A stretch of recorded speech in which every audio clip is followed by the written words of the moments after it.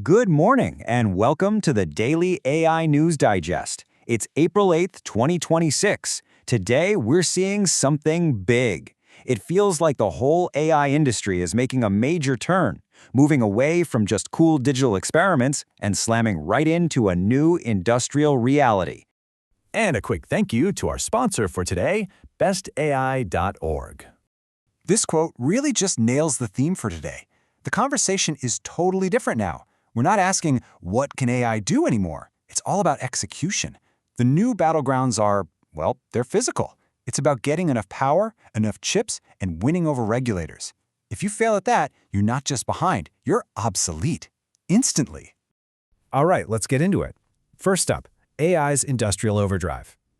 Our lead story is OpenAI's release of GPT-5.4, and they're calling this the start of the Agentic era. And that's not just marketing speak. It's a huge shift from an AI that waits for your prompt to an AI that's more like a proactive coworker. So what makes this thing tick? Well, the real headline grabber is native computer use. Think about that. The AI doesn't need special connections or APIs anymore. It can just look at your screen and use your mouse and keyboard exactly like you would. And then there's the context window, 1 million tokens. Just to put that in perspective, that's like it's working memory. It's now so big it could read an entire massive legal case file or a whole software code base and remember all of it. So when you put those two things together, you get an AI that can actually plan and work on complex tasks that take days to finish. And OpenAI is getting pretty smart about how they're rolling this out. It's not just one model, it's a whole family. You've got the big one, GPT-5.4, for the really heavy-duty thinking. But then you have these smaller, faster, and cheaper versions like Mini and Nano. And this really shows you where the market is going. It's like building a team. You don't use your genius strategist to just file paperwork, right? You have one AI for the complex problem solving and a bunch of others for the fast, simple execution. So why does this matter? What's the bottom line? Well, because AI can now use our computers just like we do, it can bypass all the interfaces built for humans. This means it can start automating those really complex white-collar jobs. You know, the ones everyone thought were too nuanced, too creative for a machine. Those jobs are now officially on the table for automation. Okay, so that's the productivity side. But this newfound power has a darker, much more complicated side. That brings us to our next story, the cybersecurity standoff. A new model from Anthropic is so powerful, it's actually sparked a major conflict with the Pentagon. So Anthropic showed off a preview of a model called Claude Mythos. It's built for one thing, high-level cybersecurity. And these numbers, frankly, they're staggering. Look at exploit generation success. Their last model couldn't really do it at all. It was near zero. Mythos, it's successful almost 73% of the time. That's way better than the average human expert. Get this, during one of their tests, it found and weaponized a security flaw in some code that had been sitting there undiscovered for 27 years. This thing is basically a zero-day vending machine. Now, Anthropic knows just how dangerous this is, so they're trying to roll it out very cautiously with something they call Project Glasswing. The idea is to give the good guys a head start. They're letting companies that run critical parts of the internet use Mythos first, to find and fix their own security holes before this technology gets out into the wild. It's a race, really. Patch the holes before the bad guys get the same tools. But this careful strategy has backfired big time. The Pentagon wanted access to use these models for things like mass surveillance and autonomous weapons. Anthropic refused, citing their safety policies. The response? The Pentagon designated Anthropic a supply chain risk. You have to understand, that's a label normally reserved for hostile foreign companies. It's a huge deal. And now, Anthropic is actually suing the government, saying the whole thing is Orwellian. So what's the big picture here? This is a massive deal. If the government can essentially blacklist a company because its safety ethics get in the way of military goals, well, that sets an incredibly dangerous precedent. It could lead to a future where the government basically mandates that all major AI models have to be offensive-ready. What happens to safety then? And this whole conflict leads us directly into our next big story, the new infrastructure wars. Because all of this, all these amazing and terrifying digital AIs, they're colliding head-on with the cold, hard reality of the physical world. I mean, just look at the money pouring in. This isn't a gradual shift. In the first quarter of this year alone, 80 cents of every single venture capital dollar went into AI.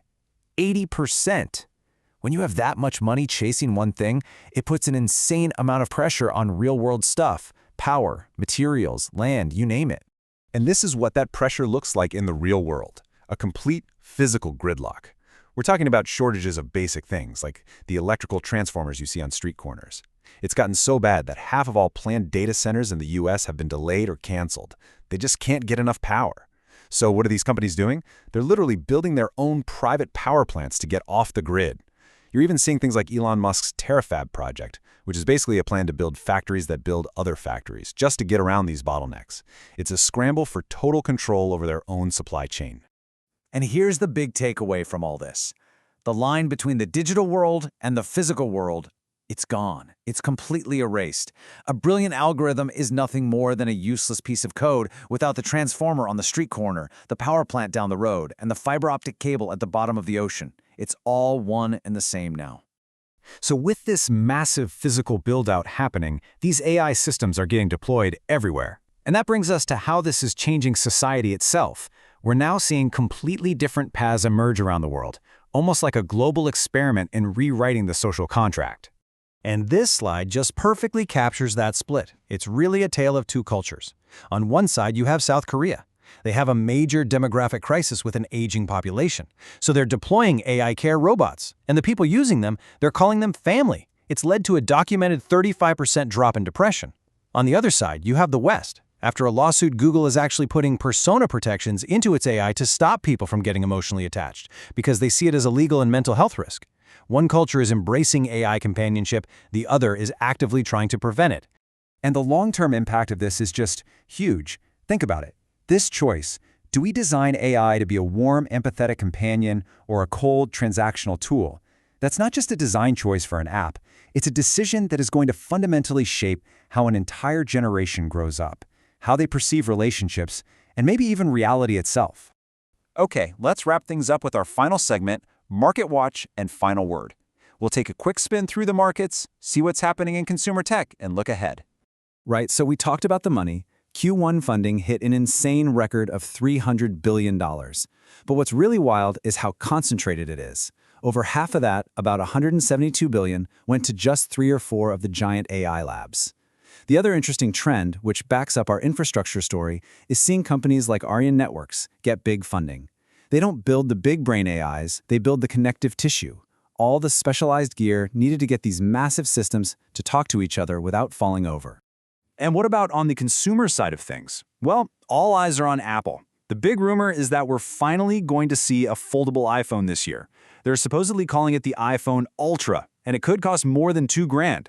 It really looks like Apple is carving out a whole new luxury tier of hardware, probably to be the exclusive home for their most powerful new AI features. Which really brings us back to where we started today. If there's one single thread connecting all these stories, it's this. The shift from AI as a tool to AI as an agent is pretty much complete. It's not something we just use anymore, it's something that acts. It can use our computers, find security holes that we can't, and even act as a companion. So the question we're all left with isn't if this is coming, it's here. The only real question left is how much of our world are we going to let it run? And that's our digest for today. A big thank you to our sponsor, bestai.org. Thanks for tuning in.